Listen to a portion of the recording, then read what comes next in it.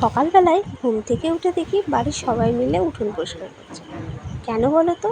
আরে দাঁড়াও দাঁড়াও বলছি। আর দেখতে দেখতে আমাদের বাড়ি মনসা পুজো চলে আসলো। আজকে হচ্ছে আমাদের প্রতিমা বিসর্জনের দিন। তো সকালবেলায় ঘুম থেকে উঠে স্নান টান করে রেডি হয়ে নিয়েছি, কারণ পুজোর দায়িত্ব তো আমার। বাড়ির সবাই তো মিলে বাড়ির ঘর পরিষ্কার করছে। তো আর এখানে ঠাকুরমশাই বলে দিয়েছে যে সকাল 7টার মধ্যে পুজো করতে আসবেন। তো এখানে তো পুজো করেছি। আজকে যেহেতু প্রতিমা বিসর্জন, তাই মাকে প্রসাদ দেওয়া হচ্ছে দই খই।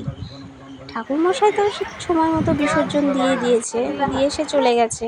এখানে আমরা সবাই মিলে মাকে বরণ করে নিয়েছি।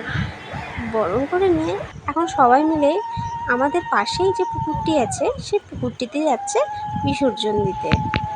বাড়ির পুজো আসলেই যে কত আনন্দ হয়, আত্মীয় স্বজনে বাড়ি ভরে যায়। আর গল্প হই হুল্লোড় করেই দিনগুলো বেশ ভালোই মজায় কেটে যায়। এদিক দাও এদিক।